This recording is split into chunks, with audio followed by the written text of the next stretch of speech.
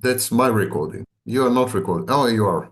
We're Yeah, both recording now. You're recording to the cloud. Oh, that's yeah, yes. I need it. I usually I'll record it to my laptop. You already know. So I started recording to the cloud. So we're gonna get started in 5, 4, 3, 2, 1.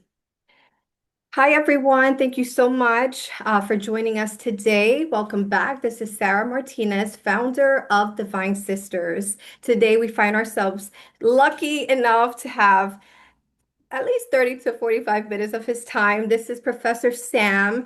How do you say your last name? We can do I it. I I say looked it at I say it easily. Vaknin. Vaknin. Vaknin. Okay, so I'm gonna start over. Sorry. Okay. No, sorry, I'm a little nervous. No, don't worry. Okay, so I'm gonna start over. Uh, if I look this way, can you tell that I'm looking to my right? Do it again.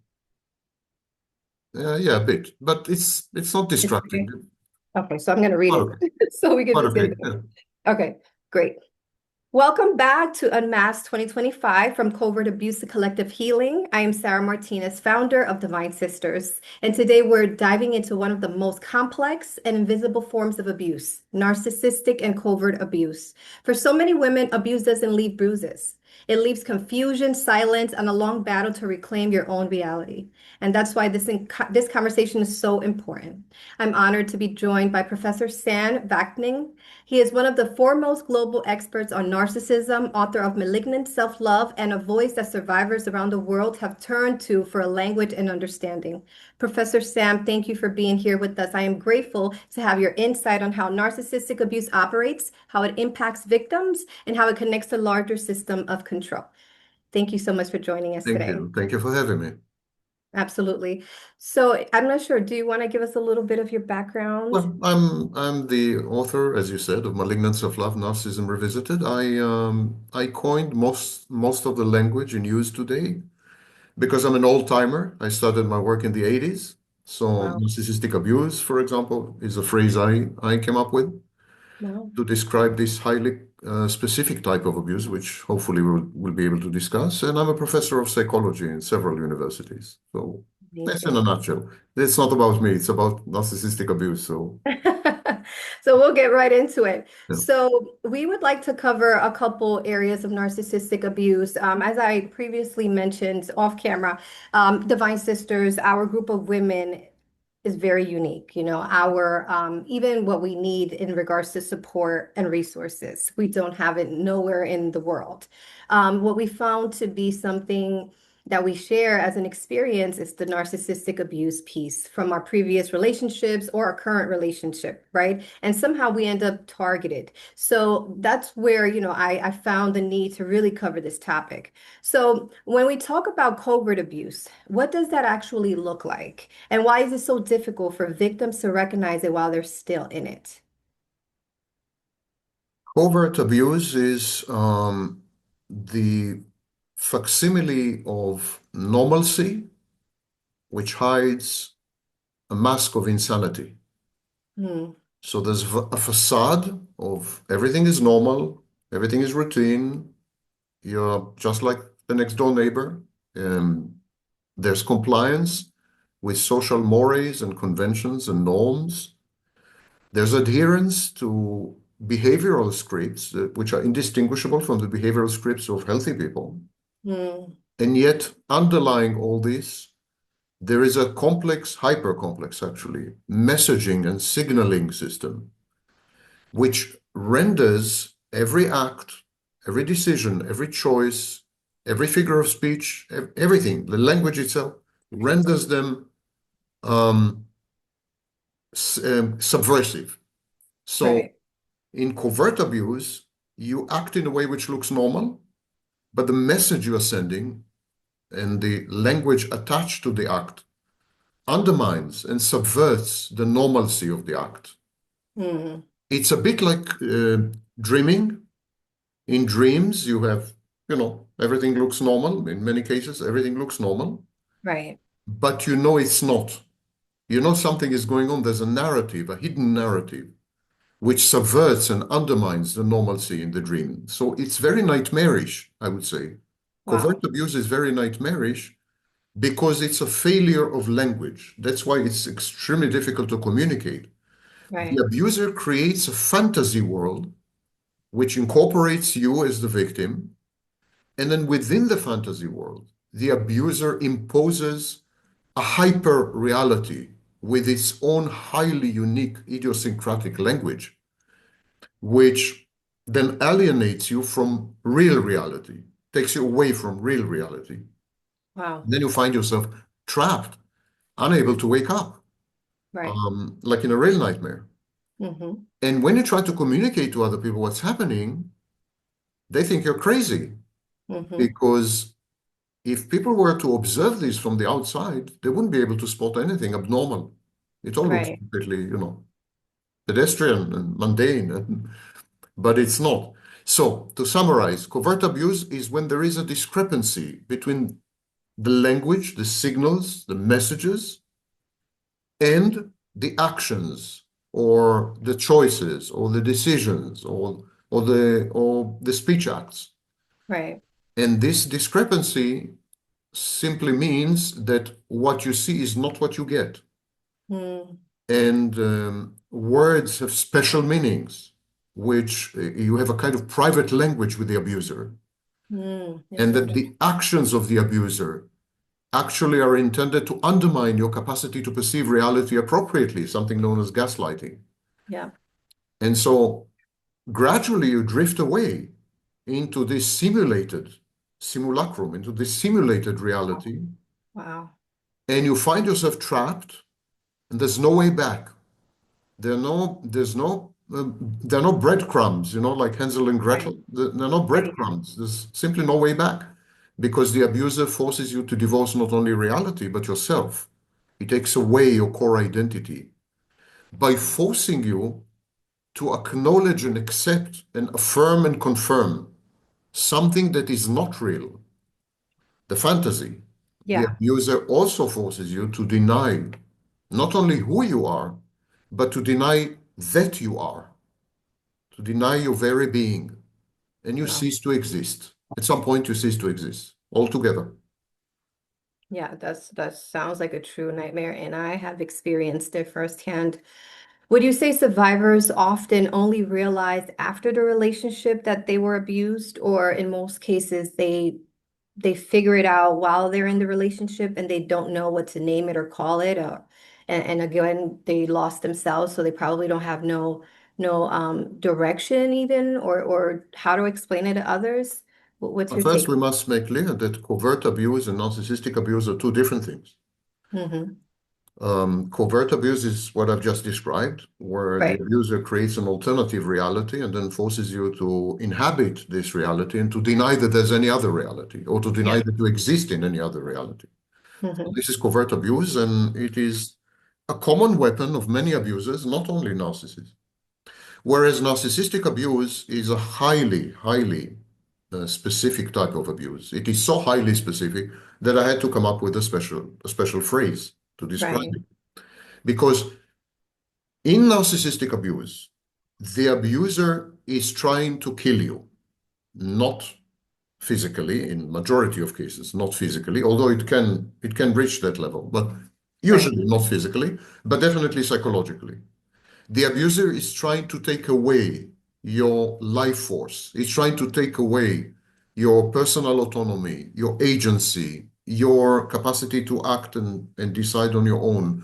Your friends, your family isolates you. Your job, your your trips abroad. There's a situation where the abuser wants to convert you or reduce you into an Egyptian mummy Mm. so that you are inanimate. The abuser deanimates you in Wow. narcissistic abuse. Right. And the reason the abuser does this, and in this case it's a narcissist, the reason the narcissist does this is because he does not perceive you as an external object. He does not acknowledge your separateness and your externality. He perceives you as an internal object, a figment in his mind or his imagination. Wow. And anything you do that proves him wrong, anything you do that demonstrates to him that you are external, that you are separate, that you have a life and mind of your own, challenges the internal object and the precarious balance that is maintained in the narcissist's demented mind. Mm, He needs you to not act, to not breathe, to not travel, to not talk to other people. He needs you to not be. And this is the difference between covert abuse and narcissistic abuse. In covert mm, abuse, there is a replacement or a substitution of one reality with another. But in narcissistic abuse, there is an attempt to essentially kill you psychologically so that you're no longer reactive, you're no longer responsive, you're dead, in effect. ooh. Now, as to your question, um, I tend to digress, apologies, No, it's but okay. this was an important, I think, distinction. Yes. As to your question, studies in Harvard have shown that we are able to correctly evaluate other people within fewer than 3 seconds.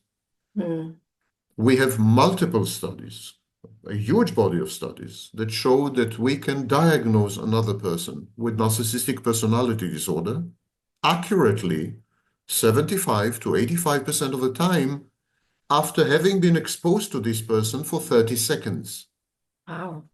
So we do know that there's a narcissist out there talking to us, dating us, befriending us, invading our turf, penetrating in a variety of ways, intruding. We are aware of the narcissist existence out there, but we deny it. We deny it because we are lonely. We deny it because we are starved for sex. We deny it because it's not nice to judge someone within 30 seconds. Society tells us Right. it's not the thing to do. We Right. deny it because we're supposed to give second chances. And so there's a lot of self-deception and denial.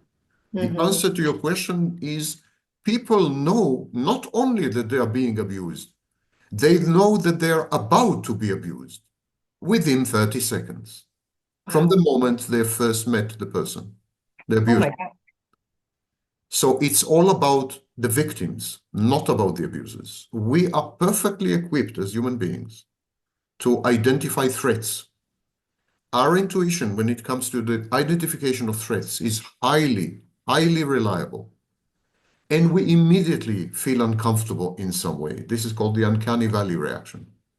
But Mm. then we convince ourselves, we lie to ourselves, we deceive ourselves, we tell ourselves stories that it's going to be okay and, things will change or whatever. So that's the answer to your question. Yeah, that's really, really interesting. And I have to think back to when I have met my previous narc. I think I might have had two that were like real textbook narc. Because I see how nowadays, at least, it's become pretty, norm of people just throwing that word around. But when you really experience a narc, a textbook real narc, it's really different. And it is cruel. It's a nightmare. It really is. And I truly agree with you. Within the 30 seconds, I knew something was wrong. And I knew this probably will be painful in some way, shape, or form. There was this intuition that did kick in, and I just ignored it because I said, no, stop judging.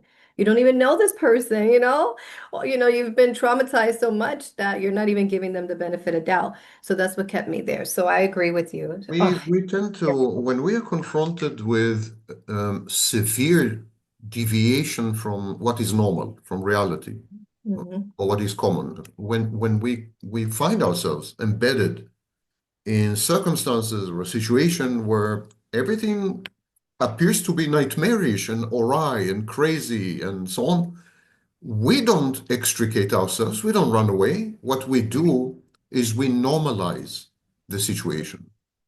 We actually say this is the new normal. That's Mm, absolutely normal. That's okay. That's the way it is, you know? This is called habituation. We create a habit of accepting the abuse as if it were the common thing to do, the normal thing to right, do, you know? right. And that applies not only to personal relationships, it applies, for example, in politics, when, there is political extremism and radicalization and polarization of politics. Right. And every day we wake up to something more horrible than yesterday, and yet we accept it and we normalize it. And we go on living. And we say, Hmm. that's the way it is. It's a new Yeah. normal. We have to Yeah. adapt. You know. Wow. That is so interesting. So for in narcissistic abuse for survivors, most describe the cycle of idealization, devaluation, and discard, right? Why does that cycle create such a strong trauma bond? Trauma bonding is a very misleading concept because it is not about trauma and not about bonding. Mm, Trauma bonding is getting addicted to intermittent reinforcement. Intermittent reinforcement is a clinical term which describes unpredictable, inconsistent, and unstable behavior. So, hot and cold. I love you, I hate you. mm, You're the best, you're the worst. So, this is intermittent reinforcement. wow. The problem is that these messages emanate, they come from the same person.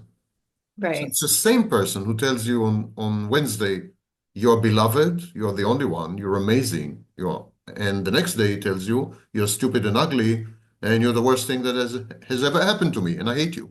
right. It's the same person.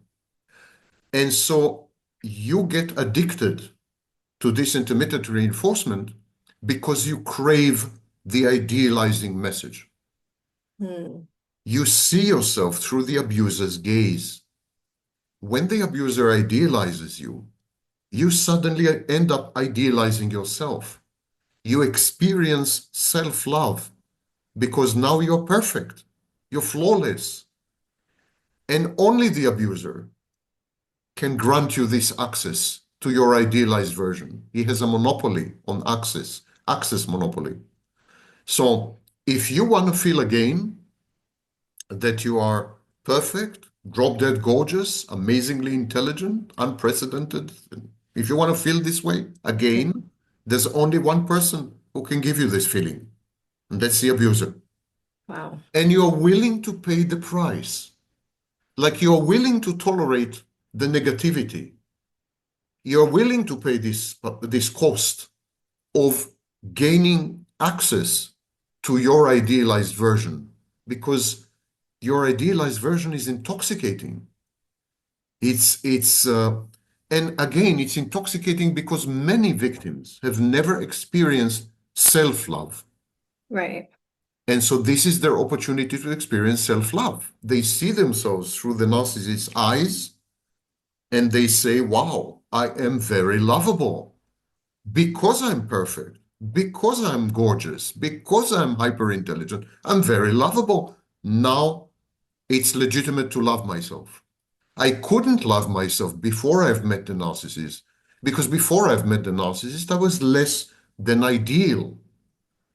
I was perhaps not so gorgeous and maybe not so intelligent. And so the narcissist legitimizes a version of you, a view of you, which is highly unrealistic, highly fantastic. And that Mm, is intoxicating. And then you say, okay, there are bad days, but right. the good days are worth it. Being Wow. idealized is worth it. And so you get addicted to the intermittent reinforcement, to the hot and cold. And this is what we call trauma bonding, misleadingly, because it has nothing to do with trauma. And it definitely does not create bonding. You are not bonded with a narcissist. You Mm, are bonded with your idealized image through the narcissist's gaze. You're not connected to the narcissist. You're not attached to the narcissist. You're right. attached to what the narcissist can give you. And what the Hmm. narcissist can give you is this idealizing gaze. And intermittently. Yeah. And that's what it, so would you call that a form of addiction? I Yes. think you did say that. No. Wow, that's really interesting. And wow. Makes me just think of my own experience. I tell you, this is really interesting. So, There's no feeling like that. I mean, when you're idealized, there's yeah. laser focus. We call it hyperfocus. The clinical term is hyperfocus. There's laser focus on you, and you can do no wrong. You Mm-hmm. are drop dead gorgeous. You Mm-hmm. are amazingly intelligent. You Right. are perfection reified. You're a goddess. You're divine. Who can resist this? It's irresistible. Right. It's irresistible, and you want to feel it again. You want to Mhm. experience this again. Because when you experience this, you are at peace with yourself. You can finally love yourself the way a mother does. You Wow. can accept yourself unconditionally. Because what is there to not love? What is there to reject? You're perfect. You know? Right. It's Wow. and this is one of the secrets of the narcissist, because the narcissist uses other types of baiting to Mm. introduce you into the shared fantasy, and this is one of the baits. This Wow. is one of the baits. Wow. So, what long-term effects do you see in survivors, especially around identity and self-trust? Well, let's start with the fact that exposure to a narcissist has almost immediate physical, Mhm. bodily impacts. And the longer you're exposed to the narcissist, the higher the price, the higher the cost Wow. in corporeal terms, in physiological terms, and biochemical terms, brain activity and everything. So there's huge damage to the body. Also, many rhythms and functions are disrupted. For example, in ability to sleep, insomnia. Hmm. Many people self-soothe or self-comfort by developing addictive behaviors, substance abuse and overeating and these kind of things. Yeah. So there's the bodily dimension, and there is a group of scholars, for example, Van der Kolk and others, who say that they use a phrase, the body keeps the score. Yes. Yep. Like I read that book. the body Hmm. is a repository of all these really dark and bad memories, and it's poisoned. It's poisoned Yeah. by the Yeah. experience. Hmm. At the same time, there are numerous psychological impacts. You mentioned two of them, loss of trust or loss of the ability to trust. Hmm. We call it hypervigilance. Right. Loss of ability to trust is one example, but there are many other things. You mentioned loss of identity. Hmm. So victims, for example, would say, I don't recognize myself anymore. I don't believe I've done this. I No, don't that's believe I true. did this. It's not Hmm. me. It's not like me. And Yep. so they become estranged. The clinical term is estrangement. They become estranged, alienated from themselves. Mhm. Another thing that happens is that narcissism is contagious, and the longer you're exposed to the narcissist, just in order to survive and for self-preservation, you're going to become a narcissist. So you're going to push back, you're going to become aggressive, your empathy is going to be impacted, and you may definitely lose it ultimately, the longer you're exposed, because you have to survive. And the only Right. way to cope with a narcissist is to out-narcissize the narcissist. You need to be a Wow. bigger narcissist. It's the only way to survive. So you find yourself verbally abusing the narcissist, shouting back, being aggressive, maybe becoming violent sometimes. You lack empathy. So even when you see, for example, the narcissist sick or in need of help, you no longer care. There's no compassion, and so on. You are desensitized to your humanity. You're losing your humanity the more you're exposed.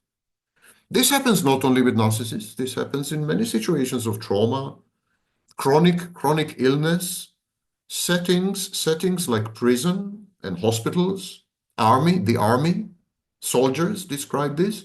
Medical doctors, especially surgeons, need to desensitize themselves. They need to lose empathy just in order to survive. If you're a doctor, you need to lose empathy. Otherwise, you go crazy after a while. And indeed, by the way, the rate of suicide among medical doctors is the highest in any profession.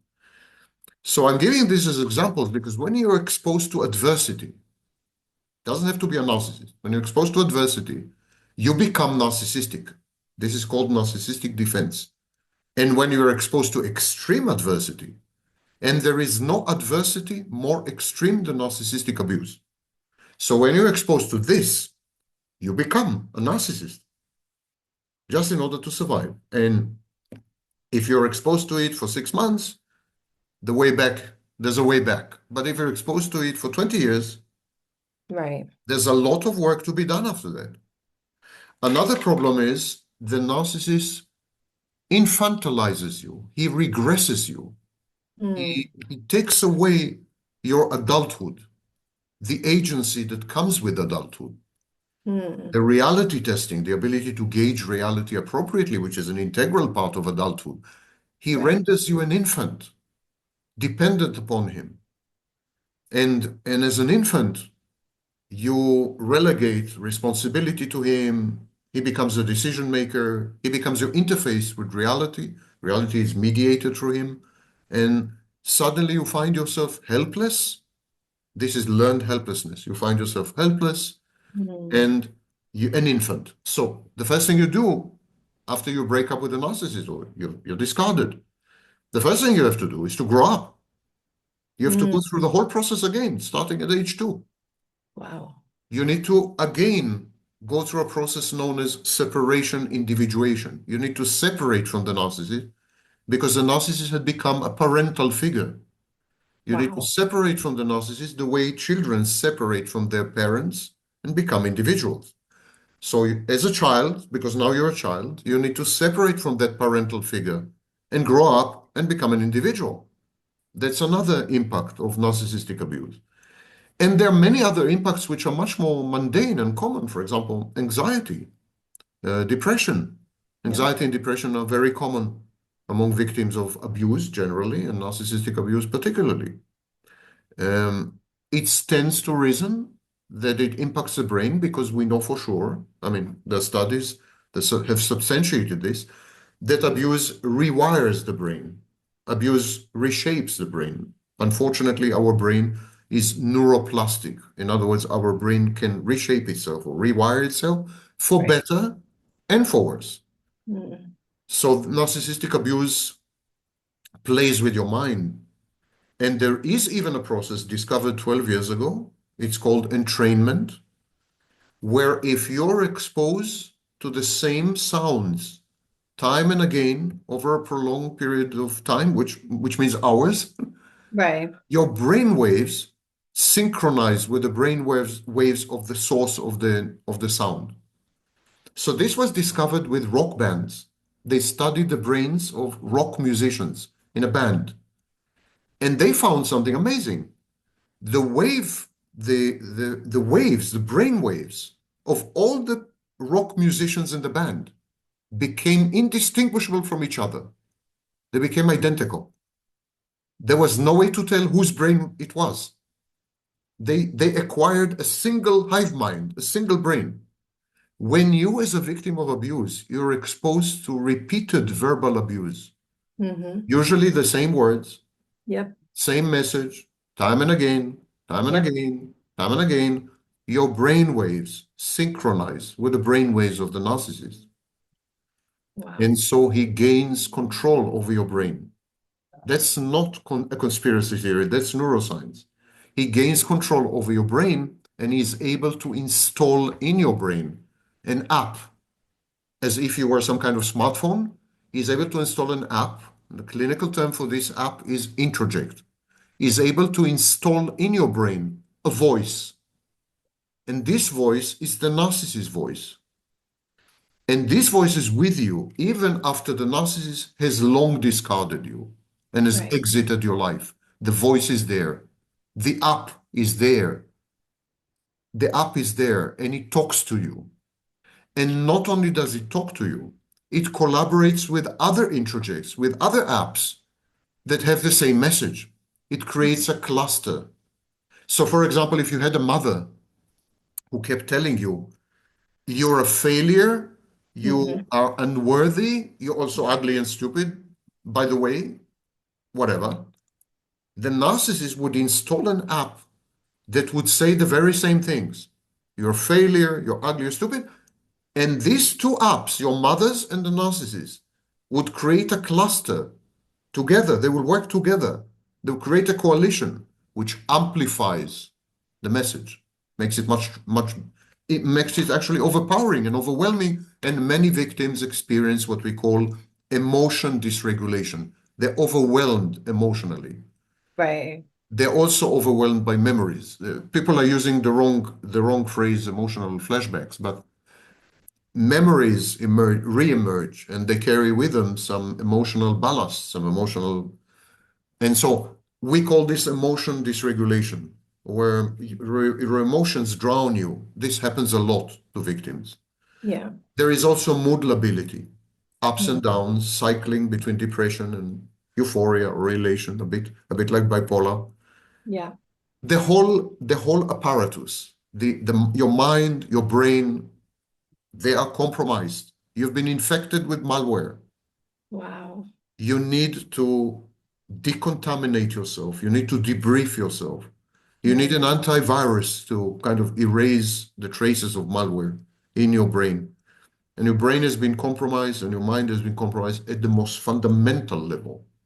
Mm. So it's not a malware that is like in a computer, but it's something we call root malware. It's a malware that infects the operating system and even Mm. the chips, your chips. And you become it. You become the glitch. Wow. You become the glitch. You become the bug. Wow. It's a lot of work after narcissistic abuse. But to proceed with a more optimistic note, there's a lot of work. Hmm. Some work is you need to do by yourself, all by yourself. You're all Hmm. alone. No one can help you with this. And Hmm. some work you do with professionals like therapists and so on. And the prognosis is excellent. In other words, the chances that you will fully recover are Wow. very close to 100%. That's really So good. there is full recovery from narcissistic abuse, regardless of how long you've been exposed to the narcissist, regardless of how long the relationship has been. You will recover in almost 100% of the cases. Amazing. In the very few cases where there's no recovery and no healing, there have been preceding mental health issues that preceded the narcissistic abuse, Mhm. kind of morbidity, predisposing morbidity. So, and these are rare cases. Yeah. Wow. Would you say that long-term effects you see in survivors may mirror what we call complex PTSD? Yes, depending on the length of your exposure. So first of all, let's dispel one of 250 myths online. There's a lot of nonsense online. Yeah. And one of the biggest pieces of nonsense is that you can experience PTSD. Hmm. You cannot experience PTSD in a relationship. PTSD is the result of a single event. Okay. So if your narcissist try to kill you physically, like came at you with a knife or try to strangle you, yes, then you could experience PTSD. Hmm. Or if he burned down the house, you could experience PTSD. But it has to be a single event. Right. So, um, and it has to be exposure directly or via someone. So even someone describing something like this can cause you PTSD. But PTSD is never the outcome of long-term repeated exposure, incremental exposure. Right. CPTSD is. CPTSD is complex trauma or complex post-traumatic stress disorder. It's first Mhm. described by Judith Herman in 1992. And it's very common among victims. CPTSD is slow motion trauma. It's discernible as trauma. It can be diagnosed as trauma, but it lacks many the more extreme manifestations of trauma. For example, in CPTSD, there are no flashbacks. That's why you cannot use the phrase emotional flashbacks. It's nonsensical. There Mm. are no flashbacks. Flashbacks is when, for a minute, you lose the distinction between the flashback and reality, and you think the flashback is reality. So Right. if you're a Vietnam vet, you know, you would be back there with a helicopter or whatever. You would be unable to tell that you're in a supermarket in Iowa, Right. you know, Yeah. Yeah. Hmm. and then you would shoot everyone because you think you're in Vietnam, you're fighting for your life, you know. Right. So this is flashback, it's common in PTSD. These type of things Hmm. are missing in CPTSD. So Okay. for example, another example, last one, startle reaction. A startle reaction is when you're jumpy and jerky, when Hmm. you when something happens around you, there's a stimulus of some kind, especially an unexpected stimulus, and then you simply jump, physically jump. and at the same time, there's an increase in blood pressure and pulse, and breathing becomes shallow, and so on. I would make the distinction like this. PTSD is mostly physical, Hmm. mostly the body, Okay. whereas CPTSD is mostly the mind. Hmm. And victims of narcissistic abuse suffer very extreme forms of CPTSD. Yes, that's Wow. true. Okay. That's interesting. So survivors often say it wasn't just what he did, it was how nobody believed me. How does institutional betrayal from courts, therapists, or even family add a second layer of trauma? Yeah, we have even a clinical field that deals with it. It's known as betrayal trauma, and there is institutional betrayal trauma. When you're betrayed, for example, when you're not believed, this creates type of moral injury. Um, and so the the the injury, the trauma, when you are not believed, when you're not listened to, when your needs are not met, when you are devalued in some way, people say you're crazy, or it's your fault that you've been raped because you're promiscuous, or so, or when you are minimized, people say it's not a big deal, get over Right. it, it's nothing, Mhm. or my experience have been much worse than yours, Right. when there's competitive victimhood and Mm. so on. In all these situations where you're not heard, not seen, not validated, not accepted as you are, um, people don't realize that the intensity of your experience is completely individual and idiosyncratic. Something that would have zero impact on me would devastate you. Hmm. And your devastation is as valid as my indifference. And people don't accept it. They think there's something objective, that everyone experiences everything exactly the same. And all this is wrong. And institutions, what they do, they codify this. They convert these perceptions, these misperceptions, and this misbehavior towards victims. They convert these into uh, laws and regulations and institutional procedures and hurdles and obstacles and institutional disbelief and distrust. There's institutional paranoia that actually the victim is somehow manipulative, somehow Machiavellian, because some victims are. Some victims leverage victimhood to obtain some benefits and acquire some rights. And this gives a bad name to all victims. And so I would say that there's a gulf of distrust between not only institutions, but between non-victims and victims. Victimhood is a uniquely lonely experience. It's a uniquely solipsistic experience. It is not something that you can truly communicate. It's not communicable. And I know what you may be about to say. Yes, but I can communicate with other victims. No, you can't. You're comparing notes, you're comparing words. You may offer each other succor and help and holding and containment. And yeah, all this is true. But no one, you cannot communicate your experiences to anyone else. It's the ultimate loneliness. The narcissist starts by isolating you physically, Right. and he ends by isolating you mentally. And then you find yourself in solitary confinement in a cell of the narcissist making. And often it's for the rest of your life, because Mhm. these experiences are with you until the day you die. You Right. learn to function despite these experiences. There's no way to eradicate them. There's no way to eliminate them. It is not a good idea to deny them or ignore them or reframe them. Hmm. And in some situations, it's not a good idea to try to communicate them even. We have studies that show that when people vent all the time, they get trapped in a victimhood state and they never emerge and never heal. So over communicating, oversharing your experiences is not always a good idea. It's very Hmm. comforting and soothing, but Right. so is overeating, and that's not a good idea, you know? Mm. Yeah. So um, you have to accept this loneliness. You have to say, I've gone through something that is uniquely mine. Similarly, you can't really communicate love. Can you communicate to me the last time you fell in love with someone? Of course not. No. You can't really communicate these things. These are lonely experiences, for Yeah. better and for worse. Yeah. We have to accept that. And we have to move on with our lives, not feeling that we are betrayed because we have failed to communicate. Hmm. Understanding that other people find these experiences horrifying. They defend against these experiences. They don't want to hear.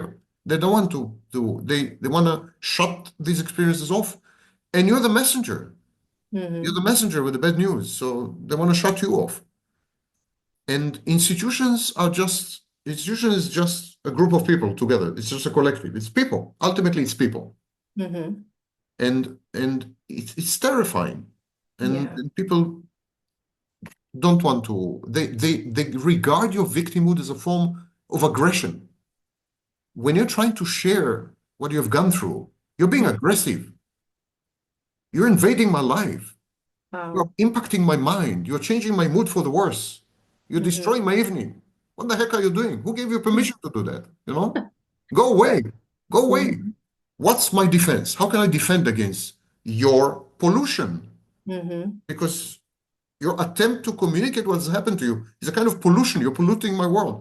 My world Wow. has been clean. My world has been chaste. And here you are Hmm. coming, waking me up, Wow.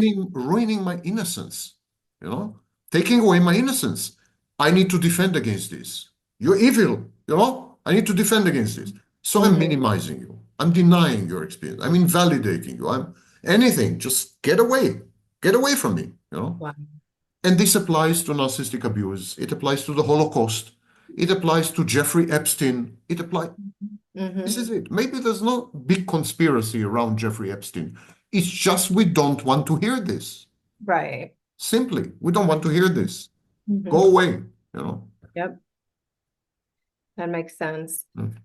So narcissists are known to weaponize credibility. How do they use smear campaigns, custody battles, or false accusations to keep controlling their victims even after separations? Narcissists are the masters of fantasy. Narcissism, pathological narcissism, is widely considered in academia at least as a fantasy defense. So Mm. narcissists are great at storytelling. They're authors. They're authors of their own fiction.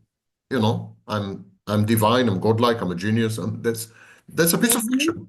They're writing a movie. They're, you know, So script true. writers. So Yep. they're very good at telling stories, and you're not. And this is their advantage. Their stories sound real. Their Mm. stories sound credible. They know how to embed shards and pieces of truth in a panoply of falsity and falsehoods and you know and fantasy. So it sounds true, it sounds real, it sounds credible. They spin it on a dime, like they're able to come up with immediate answers and immediately reshape or reform the fantasy or the narrative so that it fits the audience. You don't stand a chance against this. You don't stand a chance against this because these people have been busy since age 2, have been busy creating a false self, creating false narratives, emphasis on false. Wow. Since And the so age they're of great at manipulating other people. They're Machiavellian. They're great at manipulating other people's perceptions, mm, other people's reality testing. They're great at taking, as I said, elements of truth and either amplifying them or reframing them or recombining them wrongly in a misleading way, so that when you observe, when you listen to the narrative, you say, wow, I know this to be true. So they can say, do you remember when Sara lost it? Do you remember when she threw a plate at me or vase at me or whatever? Do you remember when she... And then they put it together and say, well, the conclusion is she's crazy. mm, So, and you say, yeah, I do remember these 3 occasions when she became violent. So right.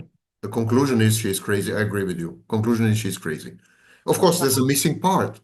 Yeah. The missing part is what had led you to behave this way. But Exactly. the Yeah. narcissist is amazing at creating airtight narratives Mm. where it appears that nothing is missing and you have all the information when it's completely wrong. It's not true. Wow. And of course, in these narratives, the narcissist is always the victim. Victimhood is a critical part of narcissism. Both overt and covert narcissists claim victimhood. And as victims, immediately you get a discount. Like if you Right. Yeah, yeah, yeah. pronounce Mhm. yourself a victim, you are instantaneously believable, Yeah, yeah. instantaneously credible. Who would dare Mhm. to challenge a victim, Mhm. and so on. And you, as a victim, you have rights. And these rights impose obligations on other people. So the obligation is to listen to you. The obligation is to believe you. And of course, narcissists encounter the same problems that victims do. They're disbelieved or they're not seen and so on. Mhm. But they know how to overcome these issues. They know how to end up being seen and being validated because they bribe people. Mm. They create situations where people have incentives to believe them, where people benefit from supporting them. And this Mhm. is the famous phenomenon of flying monkeys. Yeah. Mm. So narcissists don't operate alone, they operate in herds, they operate in groups. They create entire environments which come after you. They never act alone. And so it's a whole ecosystem. They create a whole ecosystem where various people are willing to plug into the ecosystem, derive sustenance from the ecosystem, profit from the ecosystem, benefit from the ecosystem, and you happen to be the cost. You have to pay the price for this. Wow. So Um, they acknowledge the narcissist victimhood. And some wow. of them, for example, all they want is for the narcissist to acknowledge them, to notice them, to pay attention to them, to admire them, to adulate them, to praise them. That's it. That's all they need. And immediately they subscribe to the narcissist version of reality. And you become the enemy. It's a cult. What I'm trying to say, it's a cult. Right, exactly. Actually, that's a great segue into my next question. So some survivors describe organized harassment surveillance after leaving the abuse. How do you see the overlap between private narcissistic abuse and public systemic abuse? Like you said, the flying monkeys, right? How would you how do you see the overlap between those things? The distinction between individual and collective is very new and it's Hmm. very wrong. Okay. Collectives are just groups of individuals. It Hmm. is true that collectives have a mind of their own. There's an in-group and an out-group. There's a hive mind. There is a Right. collective mind or cult mind. All this is true. But Hmm. ultimately, you can describe collectives in terms of individual psychology, and you would be 100% right. Hmm. Definitely, for example, there are narcissistic collectives. Absolutely. And they resemble individual narcissists Hmm. perfectly. You have psychopathic societies, for example, Nazi Germany. And these Hmm. psychopathic societies is the exact equivalent of an individual psychopath. So we Hmm. don't need two types of psychology, in my view. One type, one description is enough. Right. And so the same way a narcissist would weaponize certain technologies and certain behaviors and groups of people and create alternative narratives, a collective would do that. An intelligence agency, government, collectives would do it. A religion, your neighbors, I mean, the church. So collectives do these things. Right. And so we know that it's a surveillance society. That's widely acknowledged by now. Yes. In some countries, for example, this is considered very commendable. For example, in the United Kingdom, Really? they believe that they should have a CCTV every 2 meters. It's a goal, an explicit goal of the government to have a Wow. CCTV every 2 meters, CCTV camera every 2 meters. Right. Wow. So surveillance had become normative and praiseworthy because it helps to fight crime or to fight terrorism. And the problem is, of course, it can be mishandled and it can be egregiously abused and leveraged against individuals. Hmm. And these things are happening. Um, Stalking, similarly, individual narcissists stalk, some collectives stalk sometimes. Yep. Aggression, externalized aggression. So Hmm. narcissists could become externally aggressive. And some countries could decimate, a whole population, like in Gaza. Hmm. So I think the distinction is artificial. Okay. Whatever you know about individual narcissists is immediately applicable to every institution you ever heard of, and every collective, and every society, and every culture, and every period in history, and every government, and every institution. Hmm. Wow. So does that look like gaslighting on a societal level, you'd say? Again, as psychopaths, narcissists don't gaslight because narcissists cannot tell the difference between reality and fantasy. So narcissists are delusional. They're sick in the head. They are psychotic. But psychopaths gaslight. So psychopath tells you that reality is this when he knows that it's not. He Mm-hmm. knows he's misleading you. He's not psychopath, knows he's deceiving you. He's manipulating you by altering your perception of reality. So, and of course, sometimes collectives do this, institutions do this, and so on. For example, in times of war, war propaganda is a form of gaslighting, Hmm. which involves outright lying and deception and self-deception and the changing of the perception of reality. The religion is a form of gaslighting, massive gaslighting. Wow. So yes, we have collective institutional gaslighting. I think the difference between this and being a paranoid is a paranoid would say that all collectives and all institutions gaslight, stalk, and survey all the time. Hmm. That is not true. What is true that these forms of misconduct do happen, do occur, Hmm. and they do involve sometimes collectives, institutions, and so on, and societies. But it's wrong to say that this is the modus operandi, this is the method of operation Right. for example, governments. So you could Hmm. have two people. One of them would say, my government during this and this period engaged in harassment and stalking. Hmm. That probably is a healthy, normal, well-adjusted person. And you could have another person saying, talking about the same government, my government always harasses and stalks and kills people and so on. That's probably not a very healthy person. It's probably a Hmm. paranoid person. Hmm. Okay. Someone who is in need of help. His reality testing is distorted, equally distorted. Right. Yeah. Wow. So why do you think women who speak out, whether about abuse or corruption, so often become targets for bigger systems? I'm not aware that this is substantiated by any studies.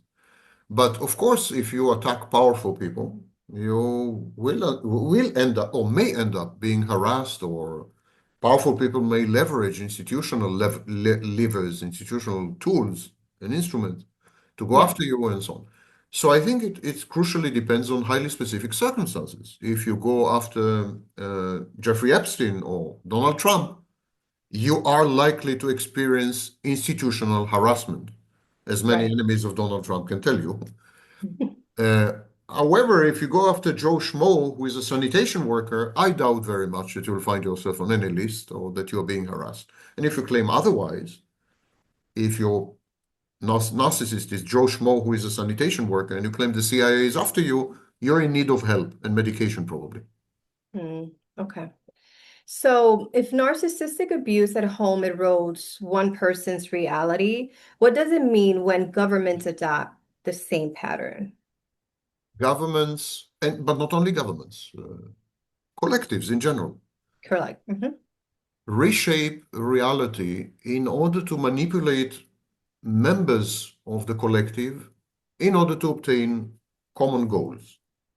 Members of a collective often know that reality is being manipulated, but they go along with it because they share the same goals.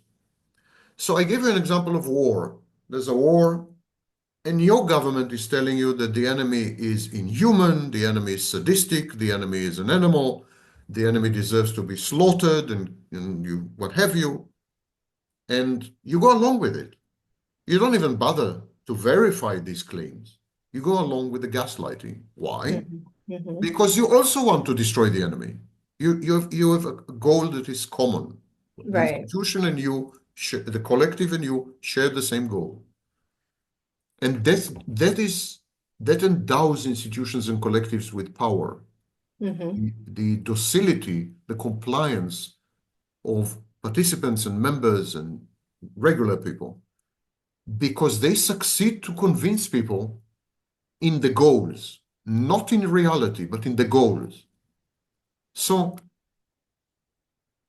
imagine that you support a politician, and you know this politician is lying through his teeth all the time. You Right. don't care. You don't care. You don't care that the politician is falsifying reality because his enemies are your enemies. And he's good for it. He's going after your enemies. Who cares if he's gaslighting you? You don't care. Right. So this is the big collusion. The collusion between individuals who know that this is not reality, who know they're being gaslit. And that's the vast majority of people, actually. And the gaslighters. And the collusion is both of them agree on a common agenda. So the gaslit agree to be gaslit on condition that the gaslighter realizes the agenda. Mhm. Okay. That's the way human affairs are managed. We are being gaslit a Right. lot. Yeah, A yeah, lot. we sure are. Man, this has been really helpful, very educational. I know many will really benefit from this interview. Thank you. And so we're going to wrap it up. I have one or two more questions, but before I do, I would like to ask you, and really, I just keep thinking about this as we keep talking. So are narcissistic people born that way? Or I know you mentioned that even as young as 2 years old, right? They start to create their narrative or sort of like manipulate, right? 2 years old is like really young. So Yeah. how could they even do that? So I'm assuming that they're born that way, right? Because I read somewhere online that it's like their first 7 years of development where they don't connect with their mother specifically, that's where this connection in their brain. I don't know, I'm not a doctor, and perhaps it was AI that I read it somewhere, but can you give us a little more on that? Because I know that psychopaths, if I'm not mistaken, they're born that way, right? Yeah, well, that's like 9 questions in one, and I'll try to Sorry. try to disentangle some of them. So, narcissism is the outcome of a disruption or a dysfunction in normal development. And usually the mother is responsible for normal development in the first 3 years of life, and then Hmm. the mother and the father together in the next 3 years of life. And these are known as the formative years. Formative years are 0 to 6. The mother is crucial to the emergence of what we call the self, or Freud used to call the ego. So, why? Because the child separates from the mother. The child learns to separate from the mother. And when the child separates from the mother and begins to explore the world, the child becomes an individual. The word Hmm. individual means divided. So, child Okay. learns to divide. If this division fails, if this separation, individuation fail, because the mother is, for example, insecure, doesn't allow the child to separate, or the mother is narcissistic and selfish and doesn't want to let the child go, or the mother emotionally blackmails the child. When child walks away, you're a bad kid, you know, you're abandoning your mommy, and so on. So, in all these situations where the child cannot separate from the mother, the child then retreats from reality because reality then is intolerable, is unbearable. The child wants to separate. It's probably biological. Child wants to separate, but is not allowed to, is constrained. It's like in prison. So then the child retreats from reality to fantasy and begins to develop a fantasy of itself as essentially godlike. Like, I can't cope with reality. In reality, I'm helpless, but in fantasy, I'm superior. I'm all Mhm. powerful, I'm all knowing, so narcissism is born, pathological narcissism, but it is a reaction to maternal dysfunction. There are many types of maternal dysfunction, by the way. Spoiling the child is also abusive, and so on. Mm. Okay, so now the question is, do all children who are exposed to failed, disrupted separation individuation, do all of them develop narcissism? Like, Mm-hmm. if we were to take 100 kids and all of them had identical relationship with a mother that is not a good enough mother, a mother who doesn't know how to be a mother, a mother who doesn't let the child become its own person, and there's 100 of them. Mm-hmm. Are we going to have 100 narcissists? The answer is no. We're going to have 1.7 narcissists. Fewer than two develop narcissism, Wow. which gives credence, makes it believable Mm-hmm. that narcissism probably involves some genetic predisposition, That's that interesting. only two children out of 100 have the genes and perhaps the brain abnormalities, we're not sure, that give rise to pathological narcissism. Only these two children are going to react in a way that would lead them to become narcissists. The other 98 are exposed to the same parents, same environment, same upbringing. So we have twin studies where one twin became a narcissist, the other didn't. Wow. So there are strong indications of a genetic predisposition and perhaps even brain abnormalities, but we don't have any evidence of this. We Mm. have studies, like we have studies, and some of the studies link narcissism, pathological narcissism, to some changes in the brain. And we have some studies that connect narcissism to that gene of this gene. They are not serious studies. They are not rigorous studies. They're Mm. laughable. Some Yeah. of them involve three people. Mm-hmm. These are not serious studies. So at this stage, we cannot say with any certainty that there is a genetic background and or brain abnormalities involved in the emergence of narcissistic personality disorder. Although I'm telling you personally, I believe it fully, but I just Mm. can't prove it. Right. It's not the case with borderline personality disorder, and it's not the case with antisocial personality disorder, especially the extreme form known as psychopathy. Right. In these cases, there is overpowering evidence of brain abnormalities, Mm-hmm. and definitely there is a genetic hereditary determinant. For example, if you have a first degree relative with borderline personality disorder, you are 5 times more likely to have borderline personality disorder. Wow. That is a powerful indication that genetics are at work. Mm-hmm. We don't have this with narcissism, for example. So that's why I can't really answer your question.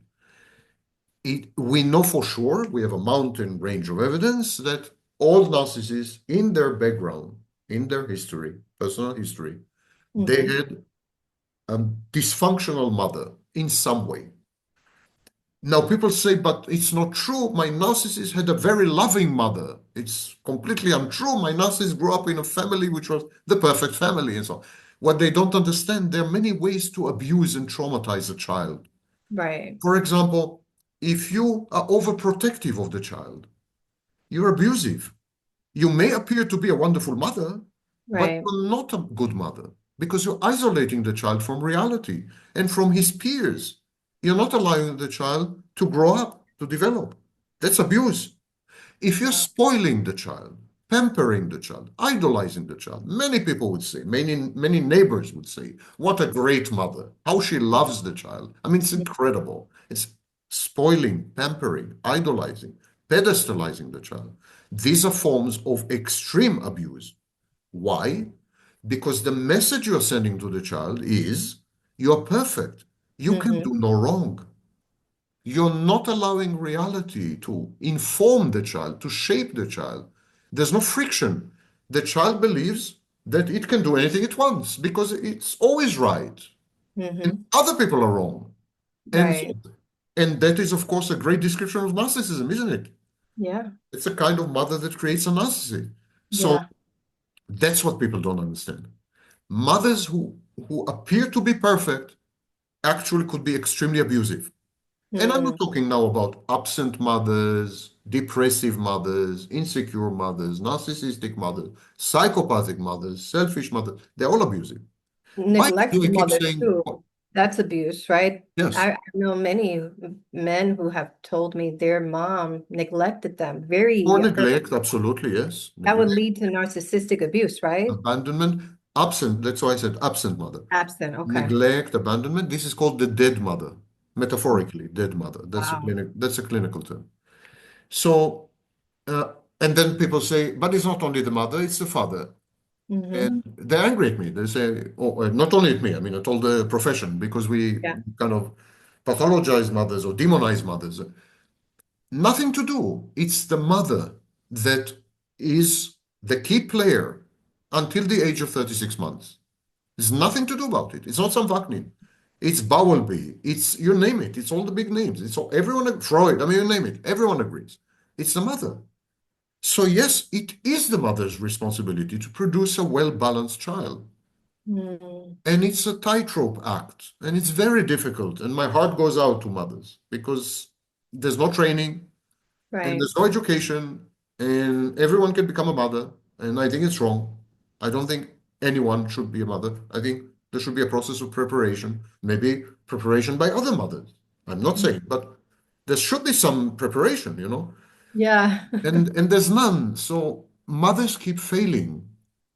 And when the environment is very demanding and very harsh and very abusive, the mother itself is abused, is a victim of Hmm. abuse, for example. And so, or if the mother has to work because she's a single mother. Today, single mothers raise half the children in industrialized societies. And Hmm. these mothers are torn to pieces. And they Right. deposit the child in daycare, and they come back if they're lucky, if they have the money for that. And they return from work half dead, and they don't have the resources now to, you know, and quality time with the kid. That's abuse, but it's not the Mm, mother's fault. The mother is abused by her partner. It's becoming more and more common. That abuse is becoming the normative way of communicating in a couple. That's why mhm, 52% of people divorce because it's mhm. not working anymore. Committed relationships are not working anymore. It's a mess. Yeah. It's a Mhm, bloody mess. mhm. People don't want to date even. I mean, it's Yeah. It's so true. 42%, Yeah. 42% of people are lifelong singles. Hmm. In the recent Pew Center study, 42% have made a decision never ever to be with Wow. another person. That's a large So, one. so if you're in a relationship, you're very likely to suffer. You're suffering, you know, you don't have the resources to take proper care of your kid. So it's a chain reaction. It's societal, it's not only individual. And Mm. we end up with a proliferation of mental health issues and disorders, not only narcissism, but anxiety and depression. And I mean, the biggest group of mentally ill people are under the age of 25. Wow. And for the first time in recorded history, young people are much less optimistic and much less happy than people my age. I'm 65. Wow. Much less. For the first time in recorded history. Even in the Great Depression, younger people were way more optimistic than older people. Even in the Second World War. Even the Holocaust. Oh my God. We have diaries of young people in the Holocaust, like Anna Frank, others. They're optimistic diaries. Mm. Young people are optimistic by definition because Right. they don't know life very well. Yeah, yeah. You know, they don't evaluate risk very well. They don't have the brain. The brain is not fully formed, not fully developed. Right. So they're Hmm. optimistic by definition. They're delusional in many ways. But here we are, and it's the first time in Hmm. human history that young people are more, I mean, dramatically more pessimistic than old people, Wow. older people. It's a bad situation out there, and I don't think we can raise children appropriately anymore. Wow. That's so interesting. So I know you mentioned that there is hope for narcissistic abuse to fully heal. Doesn't matter how long they were in a relationship with a narcissist. So would you say that narcissists can also heal? No, Or is that like a death because sentence? narcissism is the narcissist.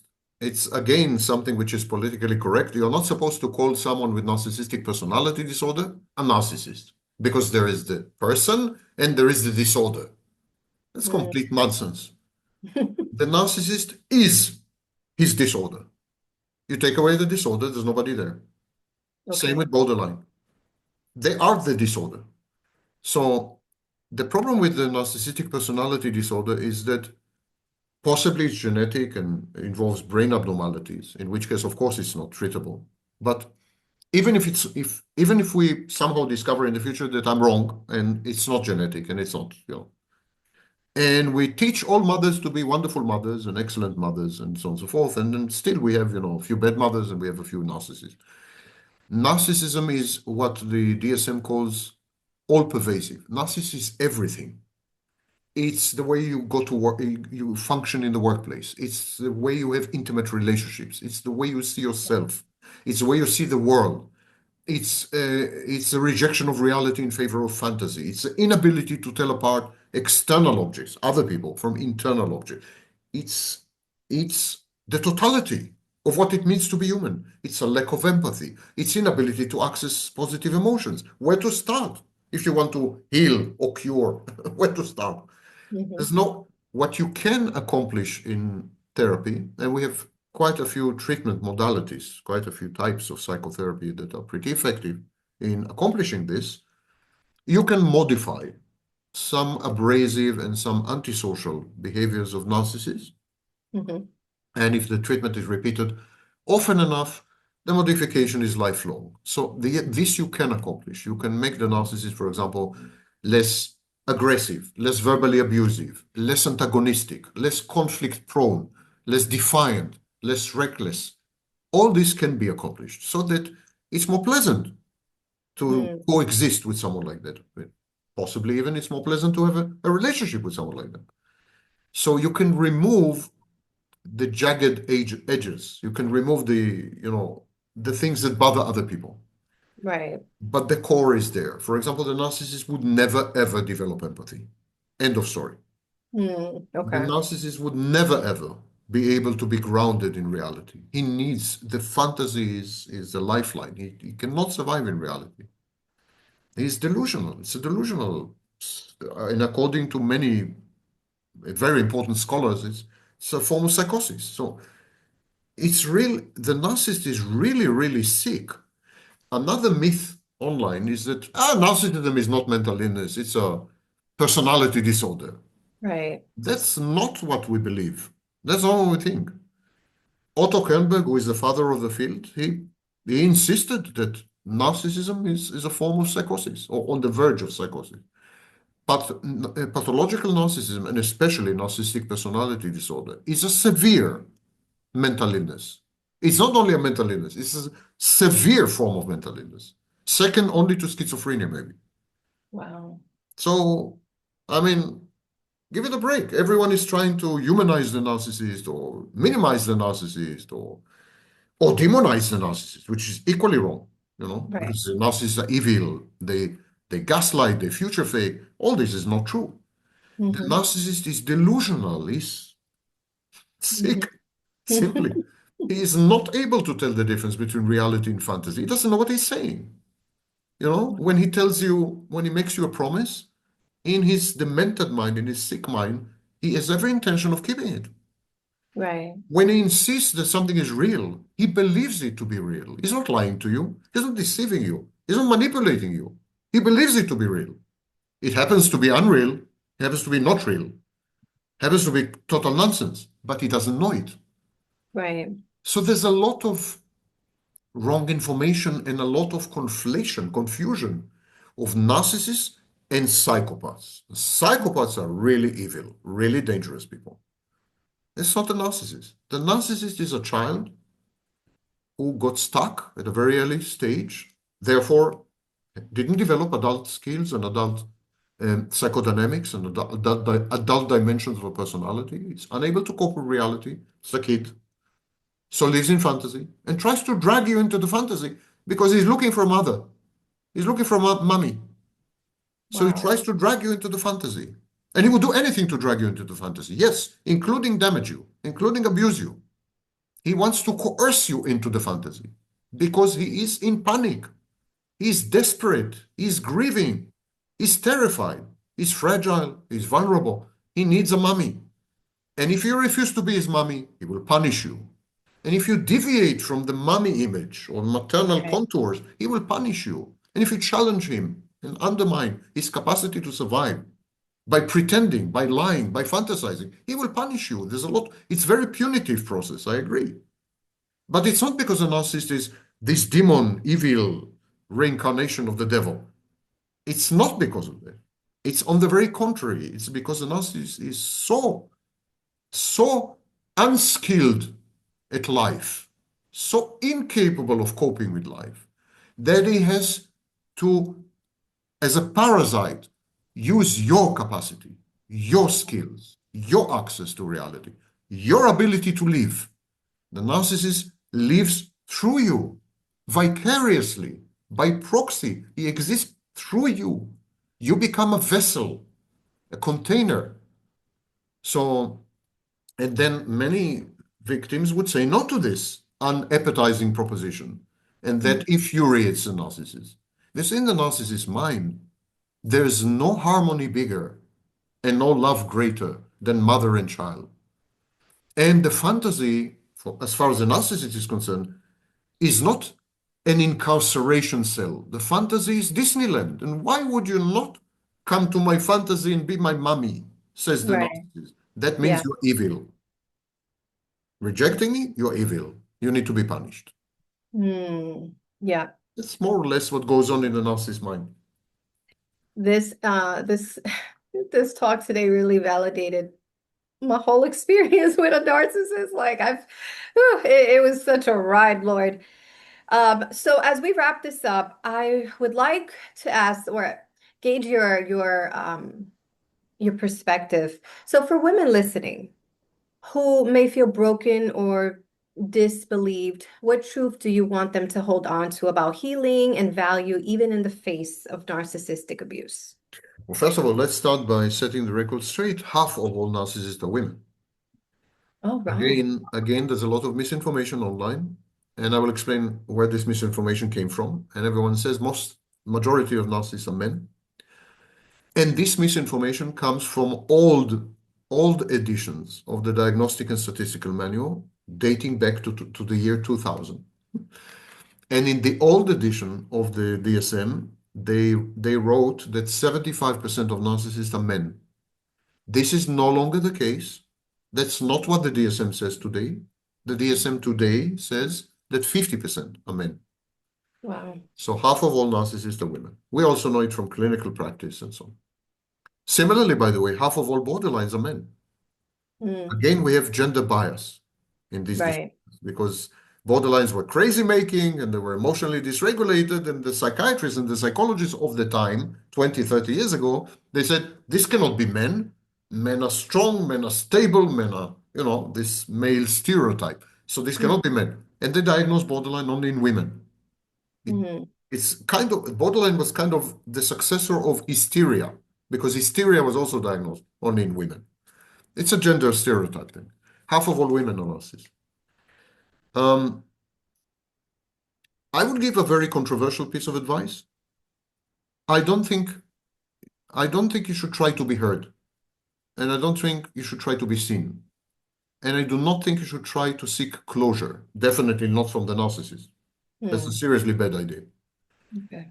And I don't think you should vest your scarce resources because you're depleted.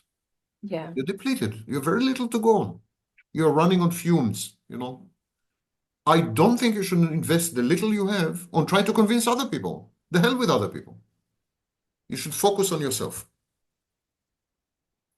Other people come around to your point of view, great. They don't, great. Forget this. Yeah. Forget this. Focus on number one, who you are. Regain your identity by separating, individuating, and so on. Grow up again. Go through the process of growing up. Regain your identity. After that, focus on reality. Try to regain access to reality, unmediated access. Number three, eliminate and delete the voice of the narcissist in your mind, the introject. You need the help of a therapist to do this.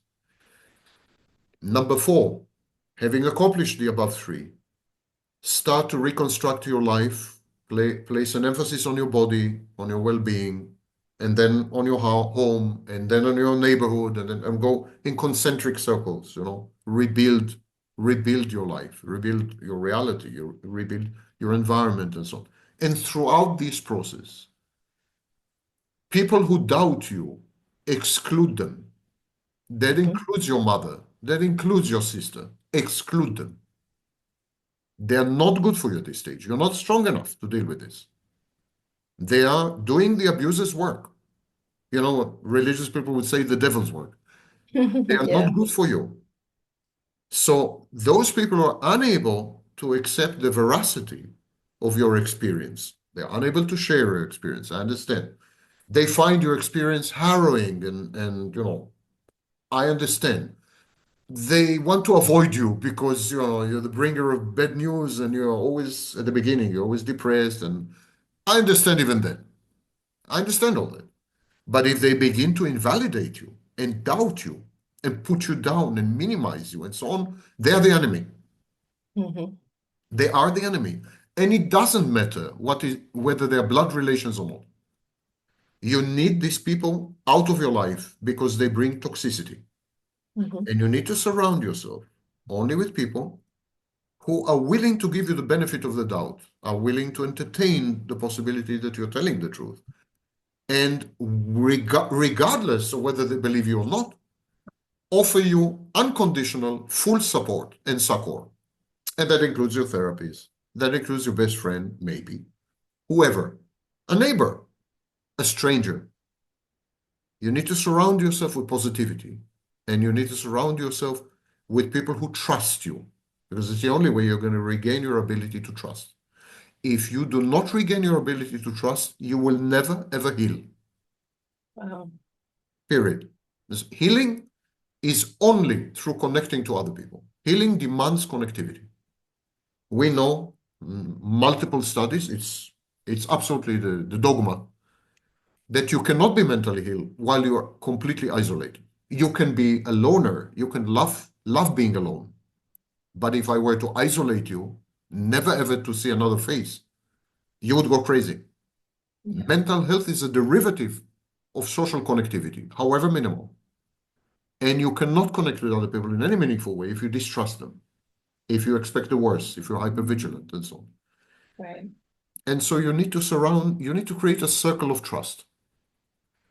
And within this circle of trust, you can begin to, I'm not saying flourish, I'm not saying thrive, but you can begin to reconstruct.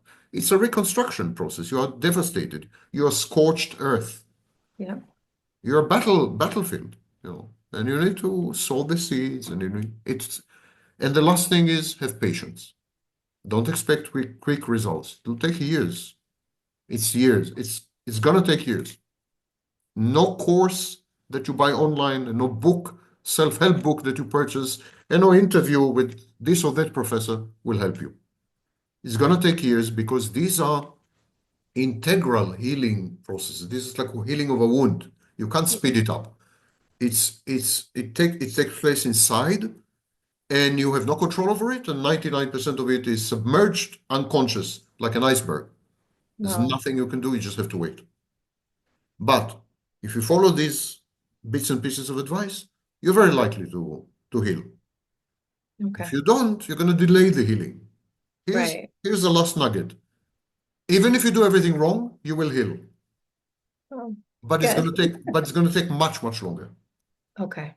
Much, much longer. Like could have taken 3 years, would take 10 years because you've done everything wrong. You surrounded yourself with the wrong people, started to doubt yourself. You develop automatic negative thoughts, criticizing yourself, chastising yourself, castigating. What could I have done? I could have done things differently. You know, I'm the abuser. I come across many victims who say, I think I'm the narcissist, and so on. If you're doing everything wrong, it takes much longer. There's no way to prevent the healing. That's the good news. Hmm. Okay, great. Well, Professor Sam, thank you so much for your wisdom and clarity today. You've given us a framework to understand not only what happens in abusive relationships, but also how those same patterns show up in larger systems that silence and punish survivors. For every woman listening, I want you to remember Your story matters, your voice matters, and you are not alone. Healing is possible, and together we are breaking the silence of narcissist abuse. Stay with us for tomorrow's session where we'll continue to expose digital human trafficking, electronic sexual abuse, and the hidden systems that keep women bound. Until then, hold on to truth and know that your life cannot be erased. Thank you. Thank you for having me. I will stop the recording.